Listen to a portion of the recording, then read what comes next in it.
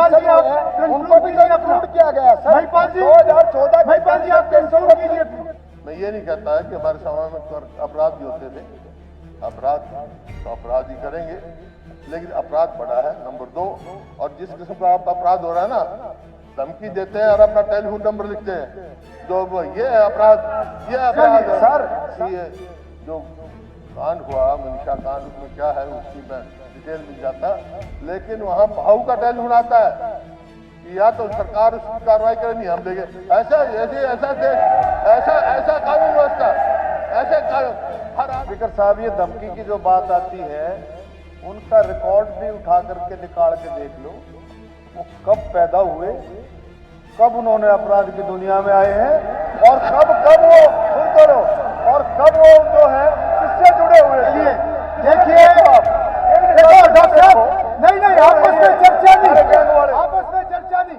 इन्होंने लिखा है कि if we exclude the cases which were found false after investigation were subsequently cancel, the actual crime rate in 24 is only 367 as compare to 402 in 2014। तो क्या उस time के भी सारी एक्सक्लूड किए इन्होंने? जो क्या नंबर 1 मिसगाइड करने की बात करें, और मैं बता रहा हूं आपको ये इनका क्राइम रेट कैंसिल किए गए थे, वो भी इंक्लूड किए गए सर। मैं दावा के साथ कह रहा हूं, क्राइम रेट 2014 में पर लाख के हिसाब से 16.2 था और अब ये बढ़ के 31.8 हो गया। महिलाओं के खिलाफ जो है ये 2014 में 9,089 केसेस थे और 2022 में 16,743 हुए, उससे बड़े हुए हैं। तो क्या बात करें, कहाँ कंपेरिजन करूंगा? 2014 सर, 2014 में जो केस कैंसिल हुए हैं उनको भी कंक्लूड किया गया सर। 2014 महिपाल जी आप कंक्लूड किया गया है, 2014 के भी कैंसिल केस को इंक्लूड किया गया सर। आप करिए, आप कंक्लूड कीजिए। मैं अपनी बात को खत्म कर दूंगा 2 मिनट। उनको कंक्लूड करने दीजिए। हाँ सर, बात कर रहे हैं बहुत बड़ी बात। आज क्या है, मैं ये नहीं कहता है कि हमारे समय में अपराध भी होते थे, अपराध तो अपराध ही करेंगे, लेकिन अपराध बढ़ा है नंबर 2। और जिस किस्म का अपराध हो रहा है ना, धमकी देते हैं और अपना टेलीफोन नंबर लिखते हैं, तो ये अपराध है सर मैं कर रहा हूं सर। वो सर, अरे यार मेरे 1 मिनट तो बोल रहे, 1 सेकंड में मांगा है, तू तो 1 मिनट नहीं रुकते। मैं तो सर कोई बात नहीं, मैंने पता है कहाँ वो कर रहा है, तू मेरे को पता है कहाँ कर रहा है।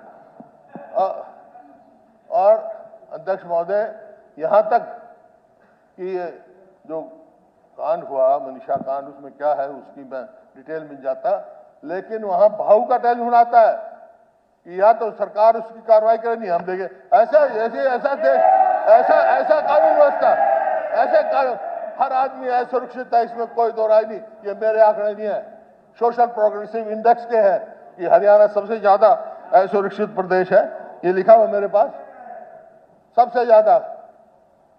वैसा ही सफाई ना मार। 1 मिनट भाई साहब,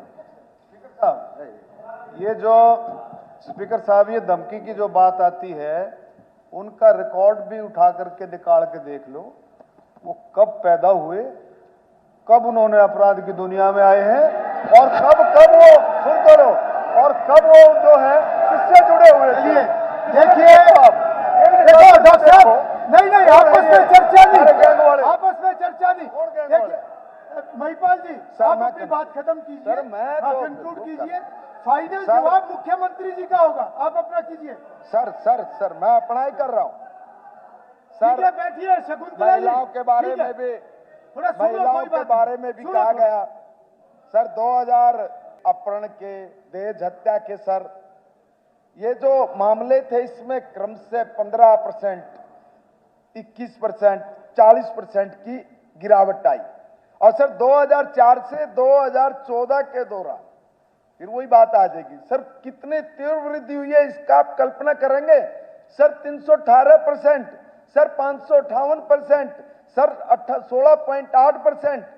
सर ये मैं नहीं कह रहा हूं सर, ये भी सरकारों के ही आंकड़े में वो बता रहा हूं सर। मैं निवेदन कर रहा हूं कि अगर हम लोग इन मामलों को छोड़ दें और जो बाद में झूठे पाए गए मामले हैं जो सर बाद में रद्द हुए हैं, वास्तव में वो जो बलात्कार के मामलों में भी सर 7.37% की कमी आई है 2004 से 2014 के और 2014 से 24 के बीच में सर इतना ही नहीं है।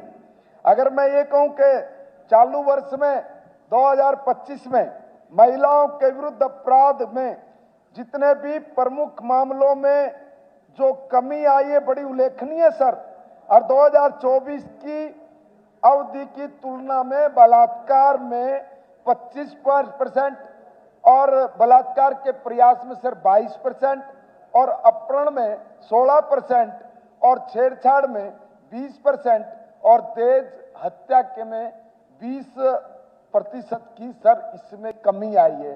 अब सामने माननीय सदस्य कह रहे हैं कि इसमें वृद्धि हुई है, सर विरोधी नहीं, कम हुई है। और इसलिए मैंने कहा है कि प्रदेश में अगर ऐसी बात है किसी भी कांग्रेस शासित स्टेट क्या जो क्राइम रेट है सर, अगर हरियाणा के कहीं आसपास में भी होना सर उसका जिक्र कर दें, वो तसल्ली कर रहे, देखें पढ़े उस सारे मामले को, तब समझ में आएगा कि हरियाणा की सरकार कितनी मुस्तैदी और कितनी चौकसी के साथ सर ये काम कर रही है। सर आपको पता है महिलाओं वाले मामले में देखिए रोहतक में थानों में सर FIR दर्ज नहीं होती थी, और उसी रोहतक के सुनारिया में सर हमने एक महिला दुर्गा बटालियन स्थापित कर दी सर, जहां पर FIR तक नहीं होती थी महिलाओं के अपराध में।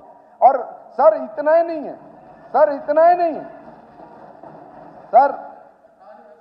सर मुठभेड़ के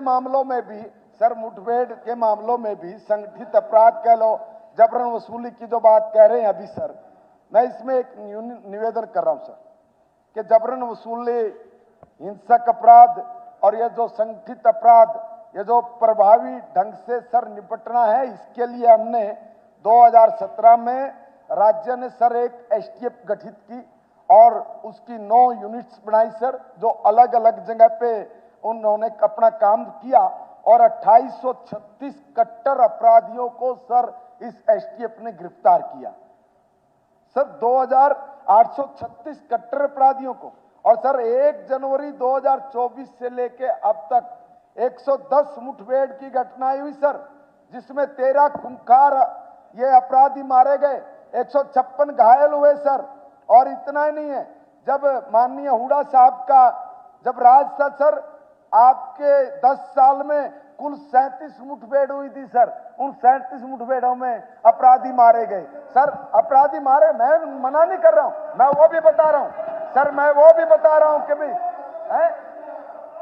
नहीं सर, आप अपनी बात रखिए मेहरबान जी, सर आप अपनी बात रखो सर, आपस में बात नहीं करनी सर, आप अपनी बात मैं इनको तो कहा नहीं सर, मैं एक बलराम दांगी मैं एक बात बोल रहा हूं सर। बलराम दांगी आप बैठो प्लीज, आप बैठो, विकास आप बैठो।